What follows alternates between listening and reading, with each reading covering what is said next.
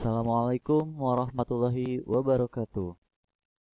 Pada video kali ini, kita akan membahas materi kelas 12 semester 1, yaitu tentang sel volta. Ya. Apa itu sel volta? Yuk kita bahas bareng-bareng. Nah, materinya pada dasarnya yang akan kita bahas di sini adalah tentang sel elektrokimia. Ya. Nah, nanti sel elektrokimia itu terbagi menjadi dua. Yang pertama, itu ada sel volta, dan yang kedua adalah sel elektrolisis. Nah, pembahasan pada video kali ini, kita akan membahas tentang sel volta. Ya. Apa itu sel volta? Sel volta adalah rangkaian sel yang dapat menghasilkan arus listrik. Dalam sel tersebut terjadi perubahan dari reaksi redoks atau reaksi kimia menghasilkan atau menjadi arus listrik. Ya, jadi dari reaksi kimia menghasilkan energi listrik atau arus listrik. Nah, itu adalah sel volta. Nah, di sini ada rangkaian selnya, ya. Ini kita lihat komponen-komponen dalam rangkaian sel volta. Yang pertama, itu ada yang namanya elektroda. Nah, ini elektroda.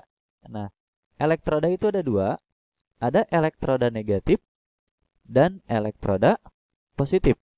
Ya. Elektroda negatif disebut dengan anoda. Elektroda positif itu disebut dengan katoda. Nah, di sini elektroda negatifnya menggunakan Zn dan juga kalau elektroda positifnya menggunakan Cu, ya. Itu komponen pertama. Komponen kedua itu ada yang namanya jembatan garam, ya. Apa fungsi dari jembatan garam? Nah, bisa kita cek di sini. Dalam reaksinya di sini ada Zn, ya, ini anoda, ya, elektroda Zn berubah menjadi Zn2+. Sedangkan di sini si Cu2+ itu akan berubah menjadi Cu. Jadi nanti di katoda itu nanti si Cu-nya akan makin banyak, ya. Di elektroda positif si Cu-nya akan semakin banyak. Sedangkan di anoda si Zn berubah jadi Zn2+. Sehingga si Zn-nya di elektroda ini itu akan makin tipis. Sedangkan si Zn2+-nya akan makin banyak. Oke. Sedangkan si Cu2+ di sini akan semakin sedikit karena dia akan berubah menjadi Cu. Ya. Nah, ini komponen pertama yaitu adalah elektroda. Yang kedua adalah jembatan garam.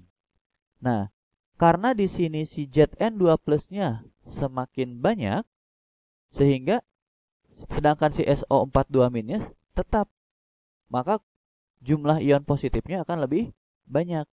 Nah, makanya nanti ada NO3- ya, yang bermuatan negatif dari jembatan garam akan pindah ke sini. Sehingga si ion positif dan ion negatifnya akan sama, ya. Artinya jembatan garam di sini berfungsi untuk menyeimbangkan jumlah ion positif dan ion negatif. Komponen yang ketiga yaitu adalah di sini ada larutan. Disebut dengan larutan elektrolit, ya. Jadi komponen pertama itu ada elektroda. Elektroda ada dua, ada positif, ada negatif. Yang kedua ada jembatan garam. Yang ketiga ada larutan elektrolit. Yang keempat di sini ada voltmeter. Oke. Nah, voltmeter ini adalah untuk mengetahui berapa energi listrik yang dihasilkan, ya.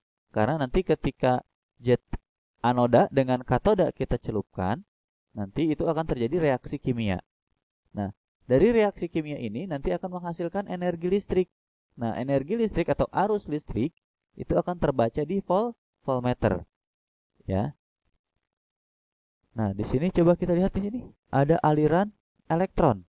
Ya, jadi di sini elektron mengalir dari anoda ke katoda. Oke. Ya, ini adalah komponen sel volta. Nah, pertanyaannya, di sini kan ada Zn sama Cu. Kenapa sih Zn harus disimpannya di anoda, sedangkan Cu disimpannya di katoda? Ya, karena tidak sembarangan harus menyimpan di katoda ataupun di anoda. Ada aturannya. Bagaimana aturannya? Itu bisa dilihat dari potensial reduksi standar atau E0. Nah, di sini masing-masing antara Cu dan Zn itu punya E0-nya atau potensial reduksi standar. Jadi semuanya dalam bentuk reduksi. Nah, reduksi itu kan biloxnya turun ya. Nah, misalkan di sini ada E0 Zn. Sini Zn2 plus berubah menjadi Zn. Kan reaksinya reduksi ya. Cu2 plus berubah menjadi Cu juga sama reduksi.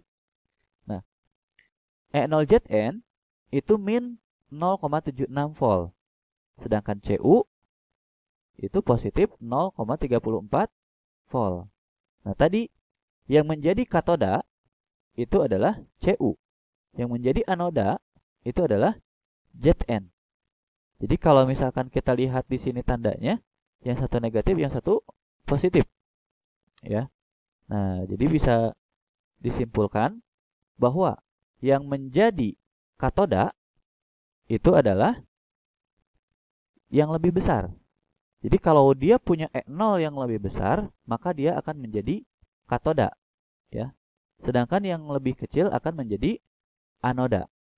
Atau di sini E0 besar itu reduksi, ya. Jadi reduksi itu terjadi di katoda, sedangkan E0 kecil itu oksidasi atau di anoda, ya. Jadi reaksi oksidasi itu terjadi di anoda, reaksi reduksi terjadi di katoda. Oke.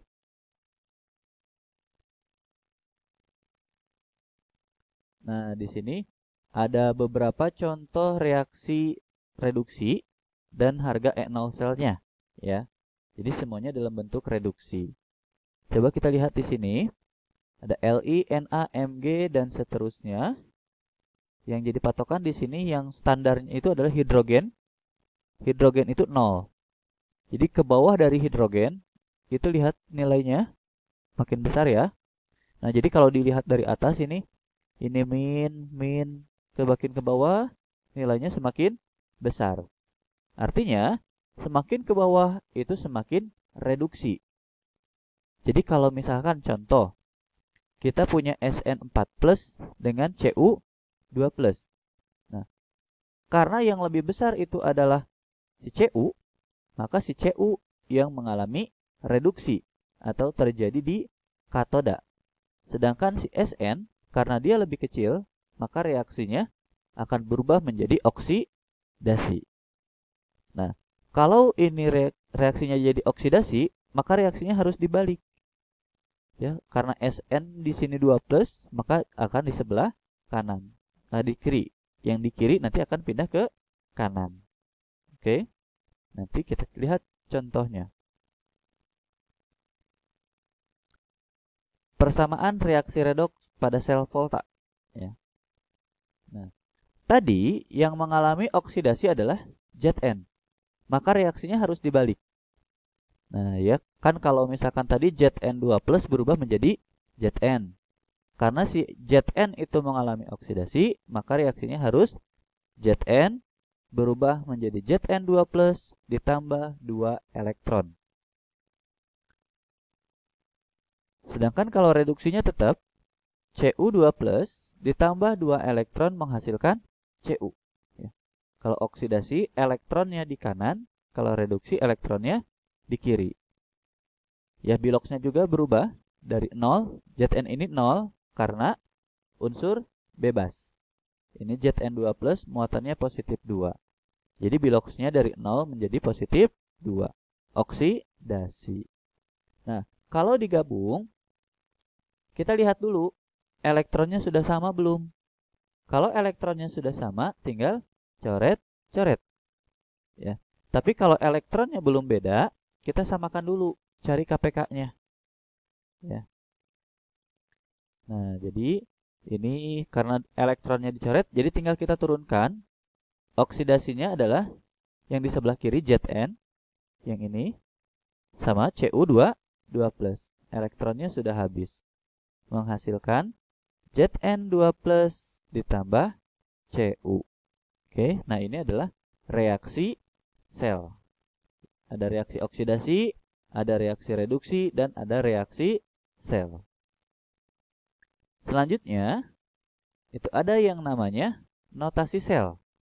Nah, kalau penulisan notasi sel, yang sebelah kiri itu harus anoda atau oksidasi. Yang sebelah kanan itu harus reduksi atau katoda. Nah, dipisahkan antara oksidasi dan reduksi atau antara anoda dan katoda itu adalah oleh garis miring 2.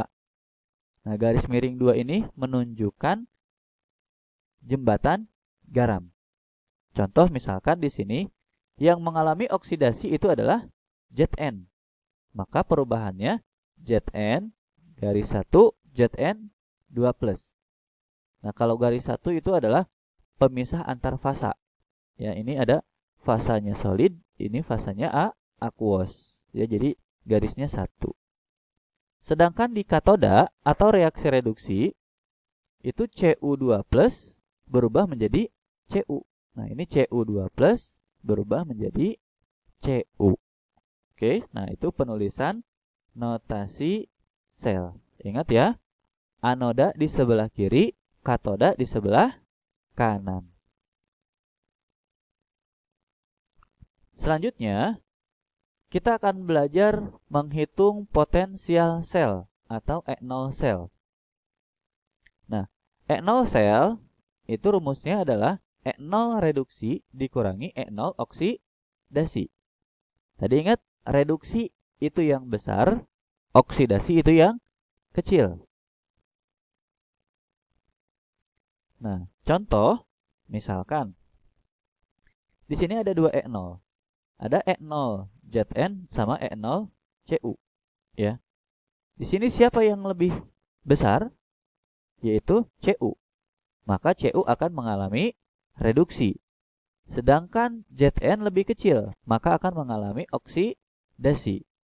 Maka untuk menghitung E0 selnya adalah E0 sel sama dengan E0 reduksi dikurangi E0 oksidasi. Ya, E0 reduksinya adalah positif 0,34 volt dikurangi dalam kurung oksidasinya adalah min 0,76. Nah, nanti ini min ketemu min jadi plus. Makanya nanti meskipun reaksinya dibalik, si E0-nya tetap aja negatif. Karena nanti juga akan berubah ketika dia bertemu rumusnya. Oke. Maka hasilnya adalah positif 1,1 atau 1,10 volt. Nah, berarti rangkaian sel tadi akan menghasilkan energi listrik sebesar 1,1 volt. Nah, biasanya kan kalau di batu baterai itu suka ada tulisan ya, berapa volt. Nah, itu adalah aplikasi dari sel volta. Oke? Nah, ini ada sel volta dalam kehidupan sehari-hari. Ya, ini ada sel kering ya atau bisa disebut dengan sel batu baterai ya. Ada sel aki, ada sel nikel kadmium atau niken ya.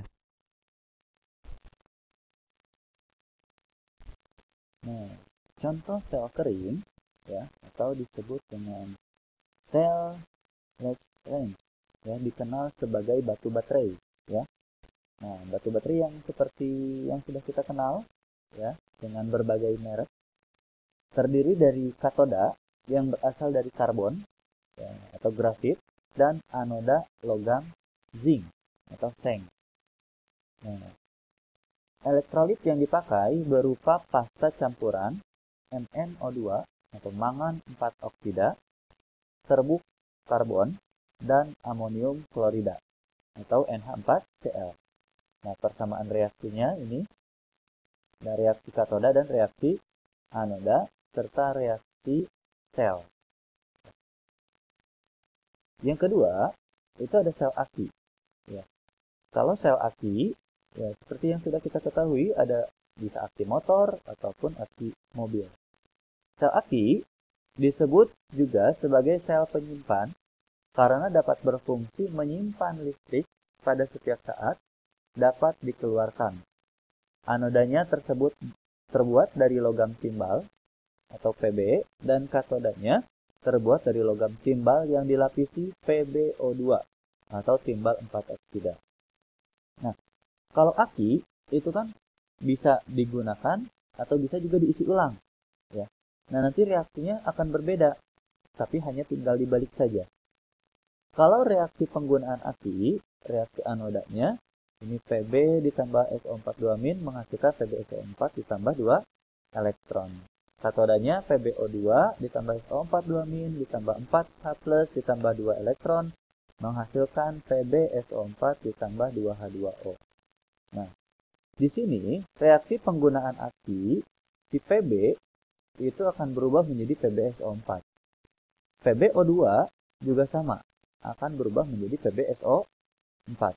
Artinya reaksi penggunaan aki ciri-cirinya Pb dan PbO2-nya akan berubah menjadi PbSO4. Nah, ini reaksi keseluruhannya. Sedangkan kebalikannya, untuk reaksi pengisian aki atau isi ulangnya, nanti si PbSO4 itu akan dirubah menjadi Pb dan PbO2. Ya, nah ini adalah reaksi pengisian aki. Sel nikel kadmium atau nikel. Sel nikel merupakan sel kering yang dapat diisi kembali, ya dapat diisi ulang ya. Anodanya terbuat dari CD dan katodanya berupa Ni2O3. Ini berupa pasta. Beda potensial yang dihasilkan sebesar 1,29 volt. Reaksinya juga dapat dibalik. Ya karena tadi karena dia bisa diisi ulang, maka reaksinya bisa dibalik. Oke. Nah, itu cukup sekilan pembahasan tentang sel volta ya. Semoga ilmu yang kita dapatkan hari ini bisa bermanfaat. Oke, terima kasih. Wassalamualaikum warahmatullahi wabarakatuh.